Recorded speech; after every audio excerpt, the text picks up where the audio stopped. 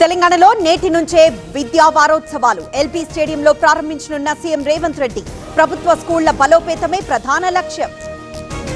ముగిసిన జగన్ యూరప్ పర్యటన. బెంగళూరు చేరుకున్న వైసీపీ అధినేత. ఘన స్వాగతం పలికిన కార్యకర్తలు. ఇవాళ ఢిల్లీలో చంద్రబాబు పర్యటన. సిఐఐ వార్షిక సమావేశంలో పాల్గొనున్న సీఎం. రేపు అస్సాంలో హిమంత్ ప్రమాణ స్వీకారానికి హాజరు.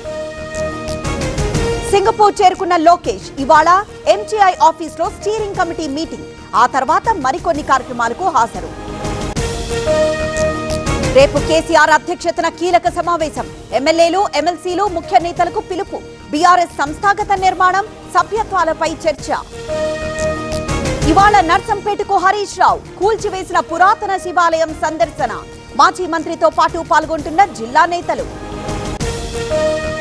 ఇవాళ ఒంగోలులో జనసేన కీలక సమావేశం. హాజరవుతున్న ప్రకాశం, నెల్లూరు జిల్లాల నేతలు. ప్రస్తుత రాజకీయ పరిస్థితులు, స్థానిక ఎన్నికలపై చర్చ. తల్లిదండ్రులు కావాలనే మీ కలను నిజం చేసుకోండి. 49 ఫర్టిలిటీ సెంటర్లో ఉచిత అల్ట్రాసౌండ్ స్కాన్ మరియు ఫర్టిలిటీ స్పెషలిస్ట్ కన్సల్టేషన్ అందుబాటులో ఉంది. కేవలం 999 రూపాయలకు fertility assessment package, AMH test మరియు స్పర్మ్ టెస్ట్ తో. పరిమితి కాల ఆఫర్. ఇప్పుడే కాల్ చేయండి 7416106106. 49 అంటే సంతానం, 49 అంటే సంతోషం. అల్మాస్పేటలో కొనసాగుతున్న police picketing. Kadapa in charge commissioner Rakesh చంద్రపై బదిలీ వేటు. రేపు విగ్రహ ప్రతిష్ఠ ఉండడంతో టెన్షన్. పెట్రోల్, డీజిల్ వాడకం తగ్గించండి. ఏడాది పాటు బంగారం కొనొద్దు. దేశ ప్రజలకు మోదీ అప్పీల్. కాంగ్రెస్, బీఆర్ఎస్ పై ప్రజలకు నమ్మకం లేదు. తప్పుడు హామీలతో ప్రజల్ని మోసం చేశాయి. బీజేపీ పాలనను జనం కోరుకుంటున్నారన్న మోదీ. మోదీ, రేవంత్ మధ్య ఆసక్తికర సంభాషణ. రాజకీయాలు వద్దు అంటూనే నేతల చమక్కులు. చర్చకు దారితీసిన ప్రధాని మేరేసే జోడో కామెంట్.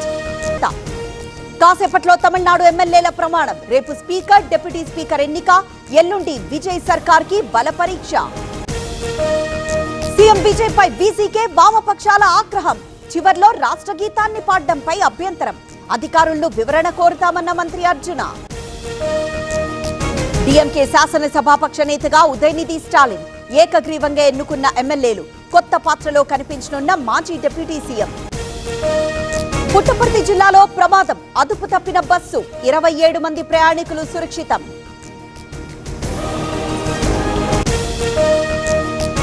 పశ్చిమాసియా పరిణామాలపై కేంద్రం అలర్ట్. రాజ్నాథ్ నేతృత్వంలో కాసేపట్లో మంత్రుల బృందం భేటీ. ఇరాన్ వార్ ఉద్రిక్తతలపై చర్చించనున్న మంత్రులు.